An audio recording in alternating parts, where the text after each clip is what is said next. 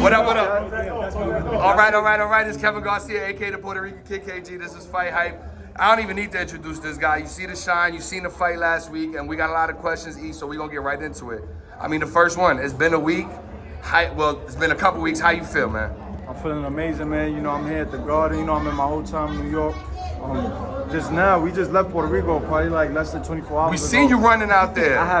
We had like 500 bikes outside, Can-Ams, four-wheelers, dirt bikes, you know what I'm saying? Just, you know, we did a bienvenido, like a welcome to Puerto Rico, welcome home, you know what I'm saying? So Edgar, tell us, how did that homecoming in Puerto Rico feel?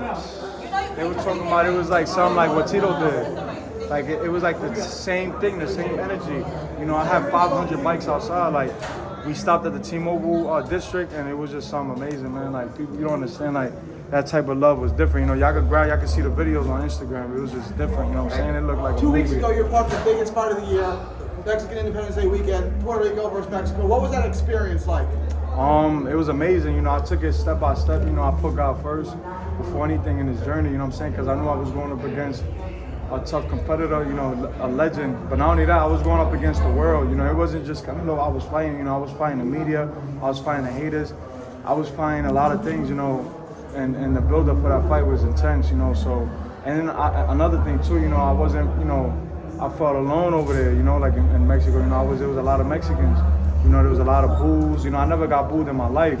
Fat Joe never got booed in his life. Alcaine never got booed in his life. Luala Ellen never got booed in his life. And we was all getting booed. You know, so it was a little different, you know, but we stood 10 toes down, you know what I'm saying? And, you know, I walk with God and, you know, I always keep God first. So I was in my element, man. Like having those people, seeing those people booing me, I said, you know, I knew that I was going to die in that ring if I had to. I knew that I was going to give him my all. I knew that I was going to give him a great fight. I knew that after that fight, he was going to give me the respect, whether it was a win or loss. But it wound up turning out to be a double win. You know, his mom told me after the fight, told my coach that it was a double win that night. You know what I'm saying? Like, there was a no loser. You know, Canelo benefited a lot off that fight, you know. And I know the numbers, and we know what's the real numbers and what's going on, you know what I'm saying, behind closed doors. He benefited off that fight just like I did, you know, and that came from his mouth as well. So, you know, I'm just blessed, man, to be a young fighter, right? And y'all gotta understand, this is my first rodeo, you know, this is my first main event. This is my first main event at that level. This is my first pay-per-view fight. And we made history, bro. You know what I'm saying? So I want to be one of the first, because a lot of media was talking about when they scared when they see a fight. I want to be the first to say I was one of the ones that you and you did believe. So in my eyes, yeah, you know, a lot of people, it's weird because, you know, I was down, right? You know, I'm a winner at the end of the day, so me not getting the decision, you know, I was down, but right after the 12th round, you know, the bell rang, people was going crazy, like if I won, like it was just like, it was weird because they was going crazy for him, but they was going crazy for me, like if it was 2 winners that night, you know, and I had my head down, you know, I went to the back, I was a little upset, you know, wifey was like, yo, you crazy, like pick your head up, I want your head down, like you gotta understand, like you won, you know what I'm saying? Like the Mexicans was saying puñeta, screaming puñeta, they were saying Berlanga, they was like, yo, Mexicans was like, puñeta, Berlanga, and I was like, yo, I'm like, oh, alright, now they Puerto Rican, you know what I'm saying? I was walking through the MGM, it was crazy, bro, you know, like the Mexican fans, they became fans of me now, you know, and they told me like, they were screaming, oh, we're gonna support you now, you know, the Mexicans love you, so I'm just blessed. Question for you, Edgar. I mean, obviously you feeling good, you riding high, but are you feeling good and riding high enough to really fight Anthony Joshua at heavyweight? Yeah, yo, listen, man, like, my mindset is on another level, you know what I'm saying? I'm a beast, bro, and remember, I'm a big boy. Like, if I wanted to, I could be 220, 215, like nothing, you know what I'm saying? Right now, I'm 200, you know, so, and walking around, you know, solid, and, you know, my guy. So, yeah, man, and I got that punching power too, you know what I'm saying? And I'll feel more comfortable at 200 because I don't got to drop weight. I don't got to, like, dehydrate myself all the way down to 160, you know what I'm saying? I can be comfortable, I can build more muscle.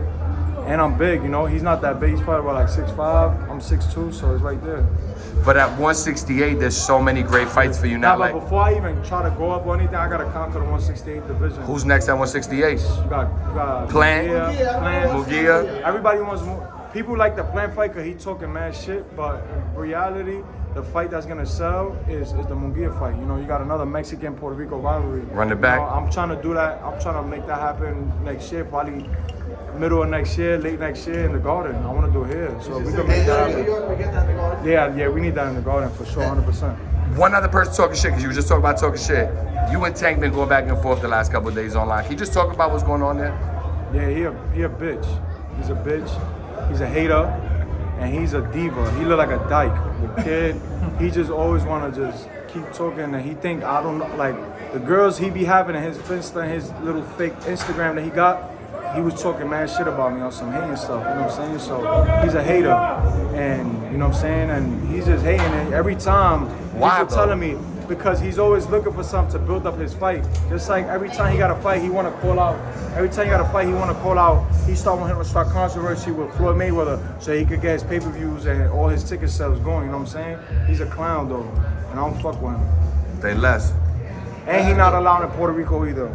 There you go. He not allowed in Puerto Rico. If you go to Puerto Rico, they're going to strip him butt naked on radio. Hey! You talked about winning, even coming off a loss. What are some ways that loss helped elevate you as a boxer? My mental is the most important thing. Like I needed to be at that level and show the world that I could. Yo, listen, I went from middle school basketball to the NBA in one night. You get what I'm saying? Like I went from middle school basketball, playing middle school basketball, and getting drafted to the NBA and performing. You get what I'm saying? So that's why I had so much haters, because they were like, this kid's gonna get knocked out. And I'm gonna give him one of the best fights, you know what I'm saying? He even said it from his mouth. He said, like, I'm probably like top 3 out of all the fighters he fought, you know what I'm saying? So, and you seen his face, you know, it was different, you know, and his body, everything, bro. So, you know, like right now, the sky's the limit for me. Right now, I know that I could conquer the 168 division. I put my mind to it, and I tell myself I'm gonna get all those belts, and I'm gonna come the next undisputed champion at 168. It's gonna happen. Hey Edgar, now we know that your main beef right now in your weight division is going to be with Caleb Plant. Now, if that fight does happen, where would you want to fight him? Would you want to fight him in Puerto Rico Fuck or the Caleb MSG? Plant. Fuck Plank, whatever his name Morrell? is. Fuck him.